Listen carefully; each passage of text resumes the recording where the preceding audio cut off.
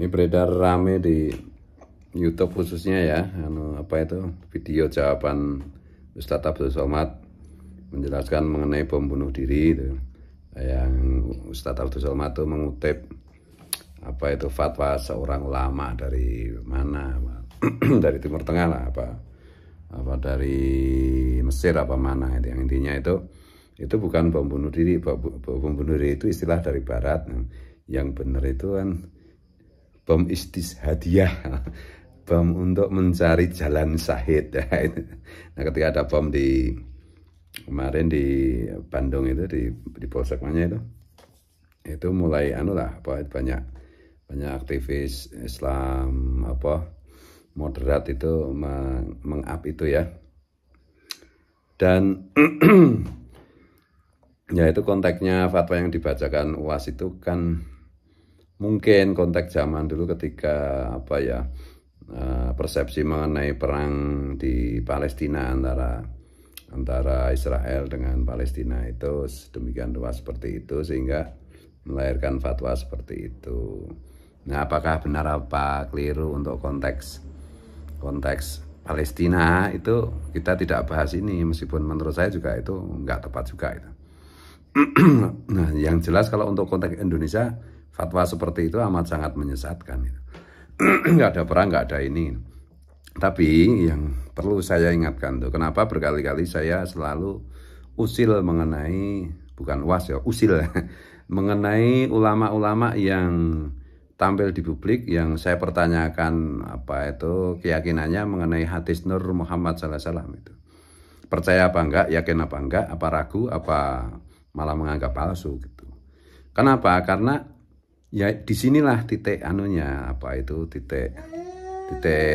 salah satu titik penjelasannya gitu.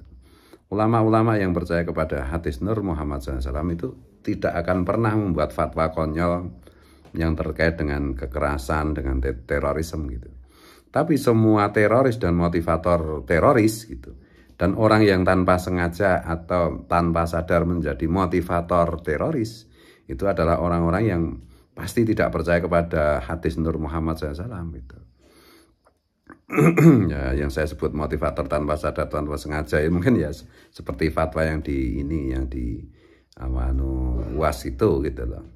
Kalau misalnya UAS benar-benar meyakini bahwa hadis Nur Muhammad SAW itu adalah benar gitu, terlepas dari perdebatan akademik mengenai kriteria hadis itu apakah sahih, apakah dhaif dan lain-lain, tapi meyakini bahwa itu adalah benar-benar hadis yang nyata gitu, yang benar, yang benar-benar disampaikan oleh Rasulullah diantaranya kepada sahabat Jabir gitu, maka tidak akan bikin fatwa yang enggak gitu. Termasuk Buya Yahya juga gitu loh, termasuk Habib Rizik Syihab juga itu. Nah, ini kan 3 orang ini kan bikin gerombolan juga mana-mana jadi ngumpul gitu. Kemarin pas ada si Anies Baswedan juga di situ, ada Buya Yahya juga bahwa misalnya Habib Rizik Syihab itu mengatakan tidak mengajak perang, tidak mengajar kekerasan, itu lip service saja bagi saya.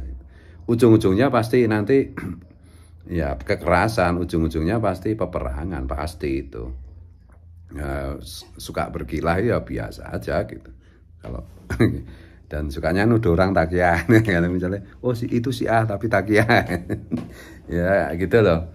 Dan mengatasnamakan Islam itu mempersatukan Islam. Islam yang mana? Islam itu hari ini itu penuh dengan beragam tafsir dan takwil ya. Islam yang mana gitu.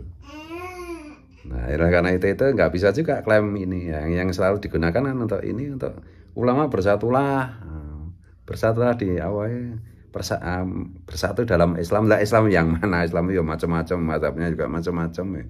Nah, oleh karena itu yang bisa kita sepakati itu ya yang masuk akal, yang taat asas, taat konstitusi, yang sesuai dengan akhlak gitu aja gitu loh, yang tidak provokasi, yang tidak menebarkan kebencian kepada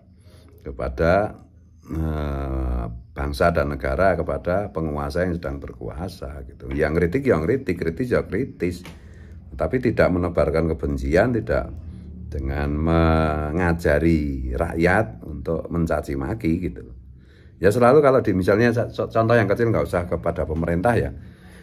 di channel saya aja kan orang yang mencaci maki saya itu selalu berafiliasi kepada UAS, kepada Adi Hidayat, kepada Habib Rizik Syihab, pasti itu. Kalau nggak berafiliasi ke situ nggak pernah mencaci maki saya itu. Jadi siapa orangnya itu kan lihat produknya, lihat akibatnya kan. Nah, oleh karena itu tidak bisa kita memahami Ahlus Sunnah wal Jamaah tanpa berbasis kepada meyakini hadis Nur Muhammad SAW. Dan itu jumhur wali, semua wali, tidak ada satupun wali yang tidak percaya kepada kesohihan hadis Nur Muhammad SAW itu, gitu loh. Yang nggak percaya berarti pasti bukan wali. Yang percaya aja belum tentu wali. Tapi kalau percaya itu setidak-tidaknya nggak ngajarin yang enggak gitu. Dan yang paling keras menentang itu kan mesti Salafi Wahabi itu. Nah, orang-orang yang tidak percaya itu pasti itu bau-bau Salafi Wahabinya ada. Misalnya Rizik Syihab itu, Habib Rizik gitu ya. Itu kan juga ngajari al-wala wal barok kan, itu kan wala dan barok. dari At-Taubah itu bara'atum minallah wa rasuli dan seterusnya. Itu kan ajarannya Muhammad bin Abdul Wahab. Itu ajaran kebencian, ajaran lawan dan kawan, nggak bisa diterapkan di situasi ketika tidak ada peperangan gitu loh. Dan peperangan pun harus benar-benar terdefinisi sebagaimana definisi yang diberikan Allah kepada Rasulnya gitu loh. Sahabat-sahabat aja dulu mau membalas kejahatan orang-orang musyrik aja oleh Rasulullah dilarang karena Allah tidak memerintahkan. Jadi tidak mudah untuk ngajari tentang itu ya, tentang wala barok, kemudian mubahalah, itu kan ajaran-ajaran Salafi Wahabi. Kemudian mendoakan yang buruk-buruk, mudah-mudahan yang tidak, ya intinya yang tidak percaya sama dia mudah-mudahan celaka, mudah-mudahan anaknya tidak berbakti, istrinya minta cerai, sakit nggak sembuh-sembuh, rezekinya dan seterusnya. Gitu itu nggak masuk itu. Orang yang percaya pada hadis Nur Muhammad SAW itu tidak pernah kelakuannya seperti itu. Nah, ini bukan ikhtilaf gitu loh, bagi saya bukan ikhtilaf.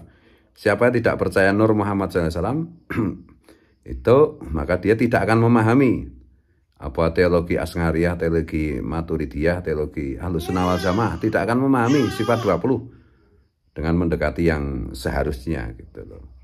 Dan pasti akan terprovokasi dengan ajaran-ajaran Salafi Wahabi. Tapi ya terserah mau percaya boleh, nggak boleh, santai aja.